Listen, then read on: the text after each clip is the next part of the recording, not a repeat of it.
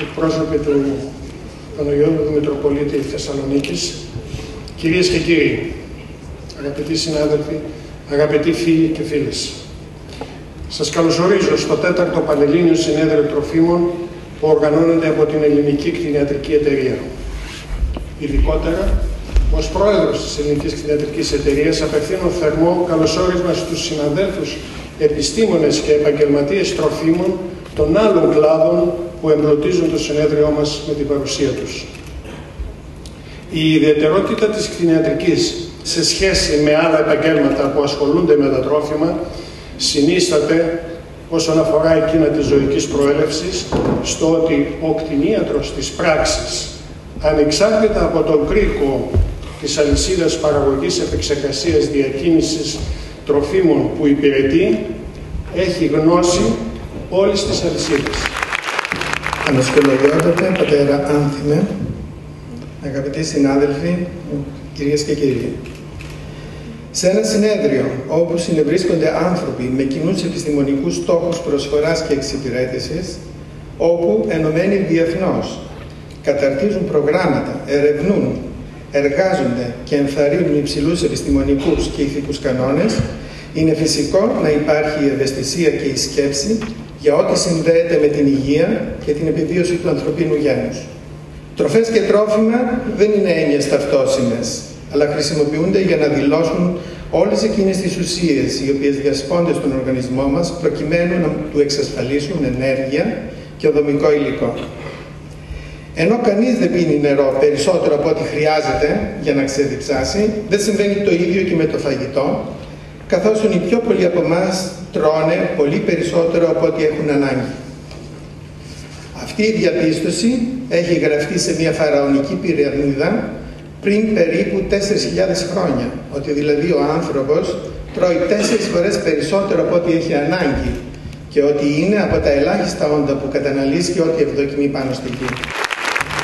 Ευχαριστώ, εκπρόσωποι του Μητροπολίτη Θεσσαλονίκης, αγαπητοί σύναδροι, αγαπητοί φοιτητές, σας καλωσορίζω στο συνέδριο αυτό που, όπως είπε και ο προλαλής σας, είναι αφιερωμένο στο θεμελιωτή της υγιεινής τροφίμων στην Ελλάδα, στον αείμνηστο καθηγητή μας, τον Αχιλλέα Πανέτσο.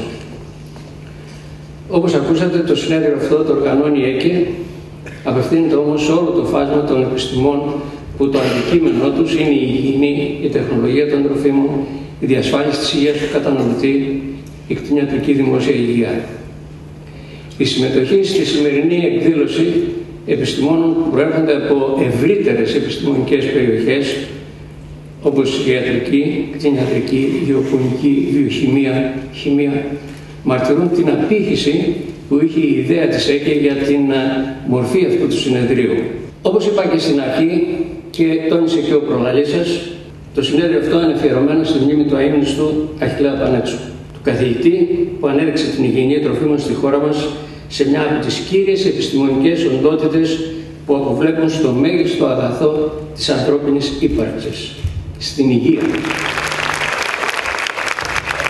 Αξιότιμοι προσκεκλημένοι, αγαπητοί συνάδελφοι, προπτυχιακοί και μεταπτυχιακοί φοιτητές, χαίρομαι ιδιαίτερα για αυτή την πρόσκληση, μεγάλη τιμή.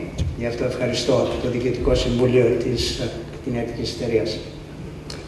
Διερωτώ με εάν θα αυξηθεί ή θα μειωθεί η όρεξή σας για τη δεξίωση μετά από αυτά τα οποία θα πω. Ζητώ συγγνώμη προκαταβολικά. Η ασφάλεια των τροφίμων είναι πολύ επίκαιρο θέμα στην εποχή μας. Τα τροφιμογενή προβλήματα είναι συχνά, πολύπλοκα, με σοβαρές επιπτώσεις στις εθνικές οικονομίες. Τα σύνδρομα είναι συνήθως ήπιας μορφής και σε πολλές χώρες εφαρμόζεται εμπειρική ιατρική.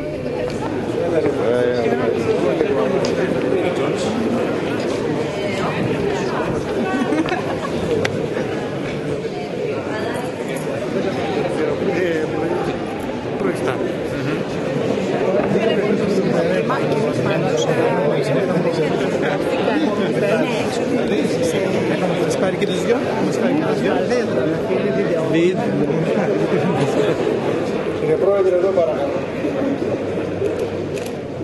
Περνάτε κι εσείς. Πάμε κι εμείς, δίπλα στον Πρόεδρο.